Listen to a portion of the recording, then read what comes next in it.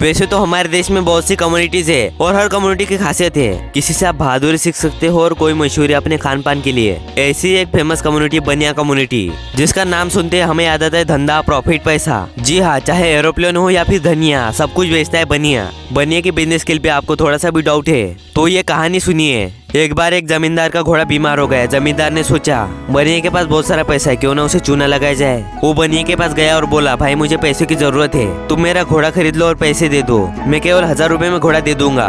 बनिया बोला, चौधरी साहब मेरे पास तो केवल 500 ही है, देना है तो बोलो। जमींदार को भाव सही नहीं लगा और वापस से घर चला गया। घर जाते उसने देखा कि उसका घोड़ा तो मर गया है। वो बनिए के पास गया और बोला, ठीक है मुझे सौदा मंजूर है। बनिए ने उसे पैसे दे दिए और जमींदार कुछ दिनों के लिए गाँव से बाहर चला गया। कुछ महीने बाद जब वो वापस आया तो उसने देखा कि बनिए की दुकान और बड़ी हो गई है। वो सोच रहा था बनिया उसे गालियां देगा, लेकिन बनिए ने बोला, भाई आओ कैसे हो, चाय पानी ले लो। जमींदार हैरान हो गया। उसने बनिए से पूछा, ये सब कैसे हुआ? बनिए ने कहा, आपका ही दिया हुआ है सब कुछ।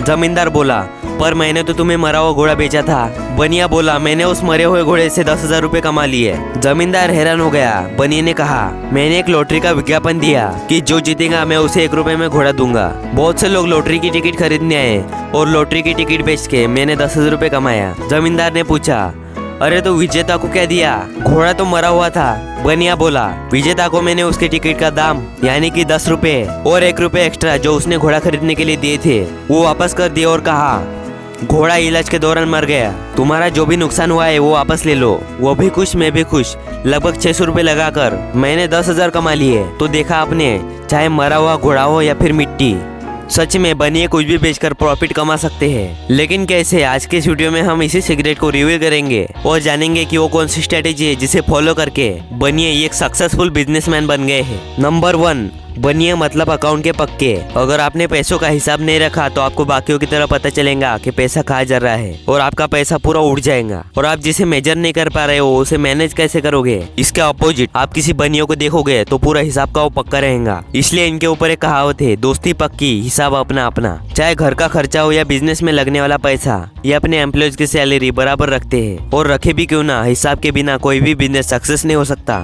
यहाँ सीखने वाली बात ये है, आपको मनी मैनेजमेंट की सीखने की वजह आपको मनी मेजरमेंट सीखना होगा ताकि आपको पता चले कि आपका पैसा कहाँ जा रहा है। अब इसका यह मतलब नहीं है कि आप 10-10 रुपए का हिसाब रखो, क्योंकि ये बहुत ही इम्प्रैक्टिकल है, लेकिन बड़े हिसाबों को रखना बहुत जरूरी है। इट्स इन द जीन्स यार। बनिया शब्द जिसका मतलब है कॉमर्स, यानी कि जिसके नाम में ही ट्रेड और कॉमर्स जैसे शब्द आते हैं। भला वो बिजनेस कैसे नहीं सीखेंगे? ये कहना गलत नहीं है कि बिजनेस उनके जीन्स में होता है। हमारे घर में जैसे पॉलिटिक्स, करंट अफेयर और न्यूज जैसी बातें डिस्कस होती है, उसी तरह बनिया के घर में रोकड़ा, धंधा और बचत जैसी टॉपिक पर बात होती है। वो डिस्कस करते हैं कि मार्केट में कौन सा बिजनेस चल रहा है, किसकी डिमांड है, कौन सा रॉ मटेरियल कहाँ सस्ता मिलता है, किसने कितना प्रॉफिट बनाया, टैक्स कैसे बचाया जाए, यानी कि बचपन से स्टेबल फाइनेंशियल नॉलेज। इसी वजह से इनके दिमाग में बिजनेस फिट होता है। चाहे अंबानी हो या अडानी या फिर मित्तल या गोयल, इनकी पिछली जनरेशन कहीं ना कहीं बिजनेस में इन्वॉल्व है। यानी कि जैसे हम मिडिल क्लास लोग स्कूल में पढ़ाई करके सरकारी नौकरी ढूंढते रहते हैं, वही बनिया अपने बच्चों को बिजनेस और फाइनेंशियल नॉलेज देकर नौकरी देने वाला बनाते हैं। अब यहाँ पर सीखने वाली बात है, हमें भी अपने घर में ऐसा माहौल बनाना चाहिए जहाँ हम उन्हें फाइनेंशियल नॉलेज दे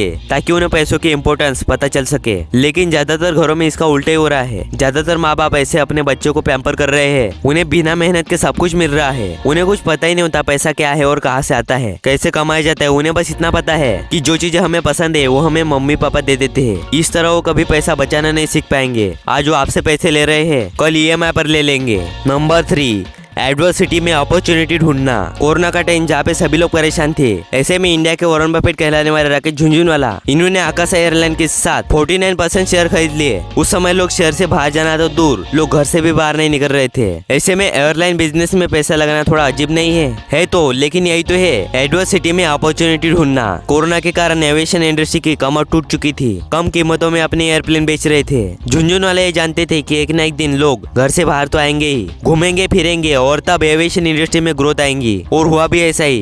कोरोना का समय आकाशा ने बहुत सारे एयरप्लेन खरीद लिए और अपने इनिशियल कॉस्ट को कम कर लिया। और जैसे कोरोना खत्म हुआ, फिर राकेश झुनझुनवाले ने मिलकर आकाशा एयरलाइन लॉन्च कर दी। अपनी पहली उड़ान भरने के 1 साल के अंदर ही आकाशा एयरलाइन ने अपने कंपटीटर से आगे निकल गए और 1 बिलियन वैल्यूएशन वाली कंपनी बन गई। बनिए की ये सोच हमें सिखाती है कि एडवर्सिटी ये एक सोच है। आप चाहे तो मुश्किल समय में डर कर कंफर्ट को चुन सकते हो, या आप अपनी लाइफ की स्टोरी लेकर एडवर्सिटी में भी अपॉर्चुनिटी कम्युनिटी ढूंढ सकते हो। दोस्तों अगर आपको वीडियो पसंद आए तो इस वीडियो को लाइक और चैनल को सब्सक्राइब कर देना। मिलते हैं नेक्स्ट वीडियो में। Thanks for watching.